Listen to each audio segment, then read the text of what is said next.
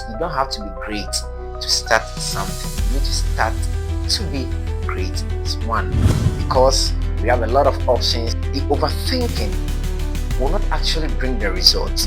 What is analysis paralysis? The 80 by 20 rule actually states that 20% of your actions will bring 80% of the results. How do you suggest someone can effectively balance planning and taking action to ensure you want to perfect your logo, you want to perfect everything? It doesn't happen that way. So save 200 CDs by October 1st.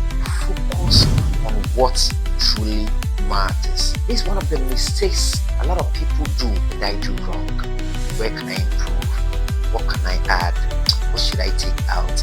Then this action will let you learn, and then this learning will help you grow. Hey people, alright, we are here once again, and it's me, Nana Boache, on the Sit Down Show. Alright, so like I said, every blessed Sunday is for my viewers, my loved ones, and all those who subscribe to my channel. I said bring in all your questions, and trust me, I'll do my best to provide every detailed explanation that you need. Right, so over the weekend, or during the weekdays, sorry, I had this question from one of my subscribers. Let's start. Alright, so this question is from Kaiser the Beard. Alright, so Kaiser, I said great content. Let's sit down, looking forward to your next upload. I hear the thumb up button. I hear the thumb up button on your segment.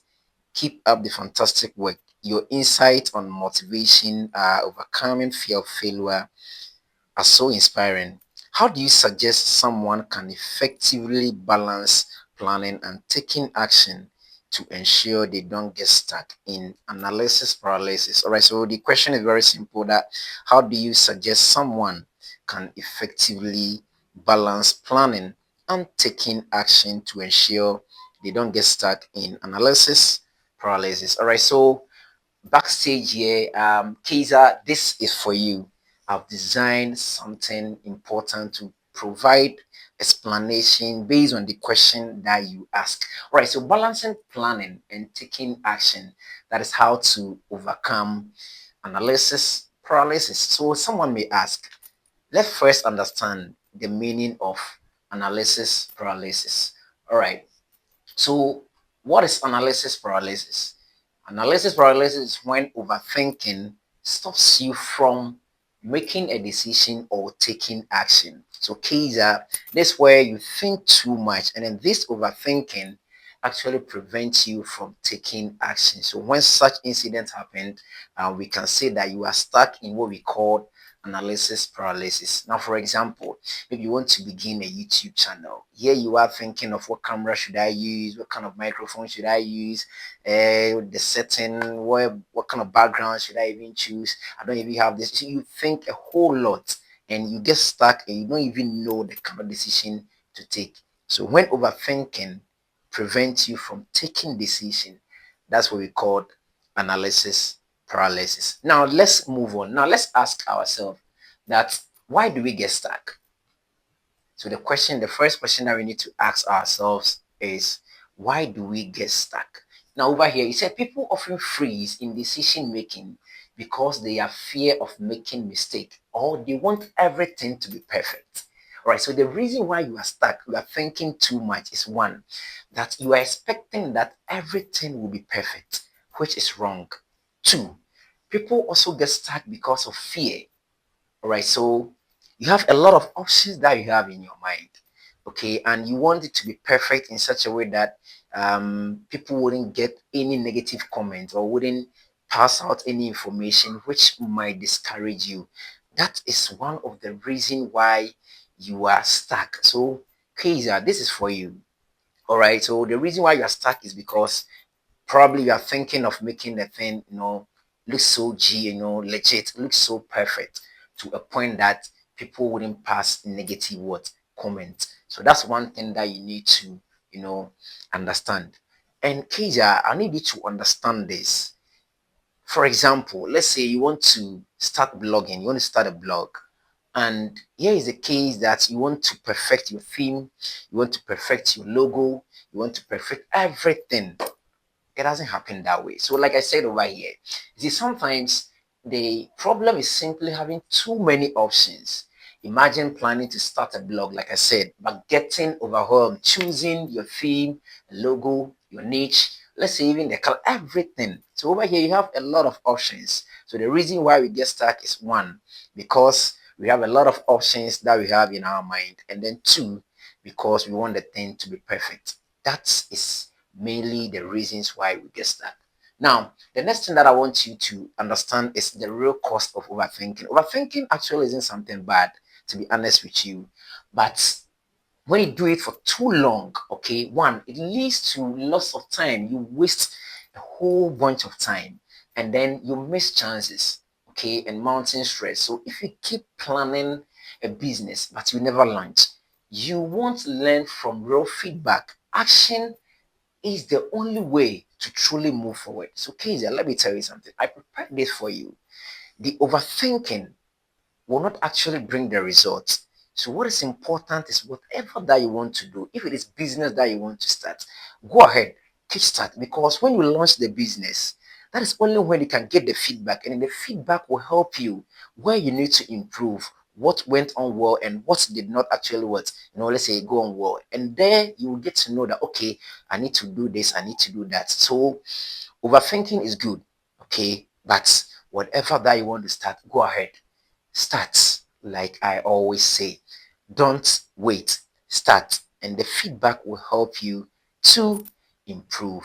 So now, Keisha, there's one thing I want you to know. Now, if you want to start the business, if it is a YouTube channel that you want to start, one thing I want you to know is there are some stuff that I have designed for you. Okay. The first step is you need to set a clear goal with a deadline. For example, maybe you want to start a business. Now, the business that you want to start, maybe you don't have a lot of money to begin the business, and you don't need billions of cash to start business. Okay, with the little amount that you have, you can start something on your own. But one, you need to set a clear goal with a deadline. Now, you may ask, what is the meaning of this clear goal that I am talking about? Now, look here. He said you need to start by defining what you want to achieve and when. Vague goals like, now, for example, start saving money. When you say start saving money, that is vague. That is not clear. Okay. So you can redefine your goal that save 200 CDs by October 1st. Now, this is clear. So it means that within the month of October or by October 1st, you have to save 200 CDs. That is a clear goal. So that's the first thing to do. Now, for example, let's say you want to become a YouTuber, you want to start a YouTube channel. Now, you don't have all the things, but you need to set a clear goal. Okay, I'm giving myself in a space of 6 months. I need to buy my, microphone. I need to buy my tripod stand. I need to get my lighting. Now, when you set these things, these are clear goals. And clear goals will always help you to move what? From thought to action. Because you set up the goal and it will help you move what? Forward. So make sure you define your goal. Okay, don't just say I will save 200 CDs. No, say I will save 200 CDs by the end of, let's say, September. That is clear. And then you move from thought to action. So that's the first thing to do. Now, two, you need to also limit your planning time. Okay, your planning shouldn't be in a long term. Limit it.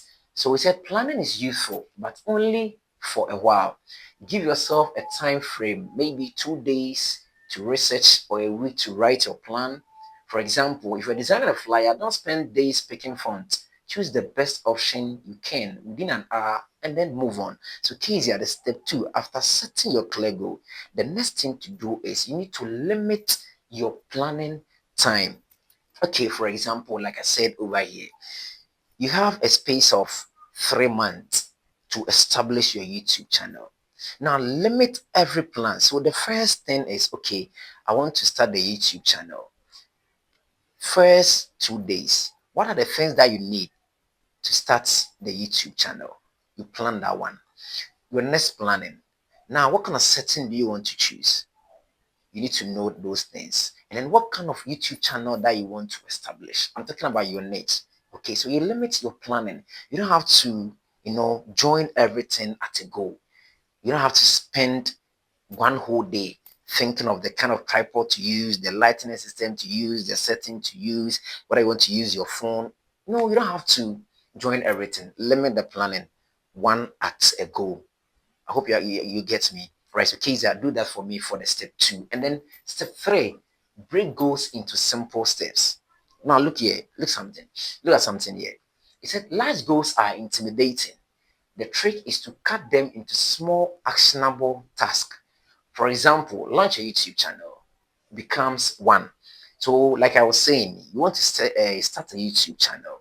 Of course, I'm on YouTube, and this is the example that I will use. All right. So, one, pick a channel name. Okay. Now, what kind of channel do you want to create? I love talking. I love advising people. I love giving out information. Maybe you're not like me. Okay. Maybe you are into cooking. You can create a YouTube channel based on your skills. If you ask me to cook something, trust me, I'll burn the whole kitchen. Okay. So that is not my field. That kind of skill, I don't have it. But what I have is I can talk, I can give advice, I can give information to people. So one, pick a channel name. Two, you need to create a Gmail account. Of course, I know you know how to create a Gmail account. If you don't, just hit me right at the comment section and I'll give you a tutorial on how to create a Gmail account. And then three, record a 2-minute intro video. Now, before you even record that 2-minute intro video, please don't just upload. Over here, the upload is there, the fourth upload is there. But because you're beginning a new YouTube channel, when you record yourself, be the first 2-minute video. I beg, take your time, reanalyze the whole video. Okay, look at your sounds, check the camera angle, everything. And then when everything is set, that is when you move to the fourth point. That's you upload your video and then upload it anyway. It's not going to be perfect, like I said. Don't get stuck, okay, because you want things to be perfect. No, it ain't gonna be perfect. Just upload the video and trust me, you are going to get comments. And then whatever comment that you get, understand that the comment are meant to shape you, not to bring you down. Now, after breaking goals into simple steps, now let's get to step 4. Step 4, start imperfectly. Like I said, just start, begin whatever that you have, just start. So we say perfectionism. All right, so just start. So perfectionism often leads to procrastination. The truth is, your first attempt doesn't have to be perfect. A teacher doesn't expect a child, okay, or a child's first essay to win an award. Start anyway. You can improve with each try. Record the first video, even if your lighting isn't perfect. You will get better. So, Kezia, listen to me. Start imperfectly. Do you understand? Even though your camera quality is very low, your lighting system is quite poor, just start anyway. Okay, when you begin your first step, you realize that okay, here I made a mistake, I need to change. Okay, here I made a mistake, I need to change. Okay, and this will help you to improve, like the example that I stated over here. When you are a teacher and you teach maybe a child how to write an essay, I don't think you expect that student to win an award with the first essay that he will write. Definitely, he will make a lot of mistakes, but you need to start anyway. And trust me, your first step will lead you to your next step, and your next step will lead you to the next step. And then one day, you will become perfect. So, Kezia, start imperfectly. Don't wait. And then next step, which is fifth one, focus on what matters. Okay, focus on what truly matters. That's what we call the 80 by 20 rules. Maybe you don't know what we call the 80 by 20 rules. Now, look here. He said, not all tasks matter equally. The 80 by 20 rule says 20% of your actions brings 80% of the result. Now, I need you to understand the 80 by 20 rule actually states that 20% of your actions will bring 80% of the results. Now, what does it mean? Now, if you are planning an event, booking the venue and confirming speakers will move things forward more than spending hours designing an invitation. Okay, so just do something small, and whatever that you do, it could be just 20%, and then the 20% will bring 80% of the results. That'll be when you will know whether you're improving or you are not what improving. So Kezia, please, that's the fifth step for you. Focus on what truly what matters by applying the 80 by 20 rules. Now, step 6, review but don't replan everything. This is one of the mistakes a lot of people do, business wise, even in education, or what should I say, in most aspects of our lives. This is one of the mistakes a lot of people do. Instead of us to review whatever that we are doing, we don't do. We cancel the whole thing and we replan the whole thing again. No, that's a terrible mistake. So, Kezia, the sixth point is review. Don't replan the whole thing again. Now, join me here. Check your progress regularly. Once a week, ask, what have I done? What's next? What can I improve? But don't rewrite the whole plan every time. Small course corrections work better than constantly starting over. So start, okay? When you start, you when you start, ask yourself a lot of questions. Okay, what did I do wrong? Where can I improve? What can I add? What should I take out? See, small corrections will help you to improve. But deleting the whole thing or restarting the whole thing, it means that every single blessed day that you make mistake, you are going to restart the whole thing again. And this will not let you move forward. So review, but don't replan the whole thing again. Now let's move on to the next one. Now, case 7. I need you to do what we call create triggers for action. Now, work with me right here. He said, link tasks to existing routine. If you want to work on your business plan, tell yourself, I'll do 30 minutes right after breakfast each day. These anchors reduce mental effort and make actions a habit, not a struggle. Now, create a triggers for action. Now, what I do is, let me use my as an example. What I do is, every blessed Saturday, when I wake up in the morning, I have this trigger action that after my breakfast, I'll plan on how to answer questions that you people give.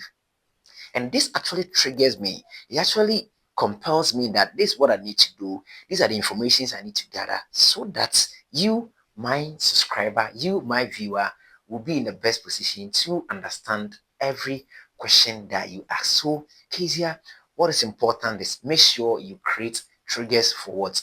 Action. All right, now the final thought that I want to give it to you is very simple.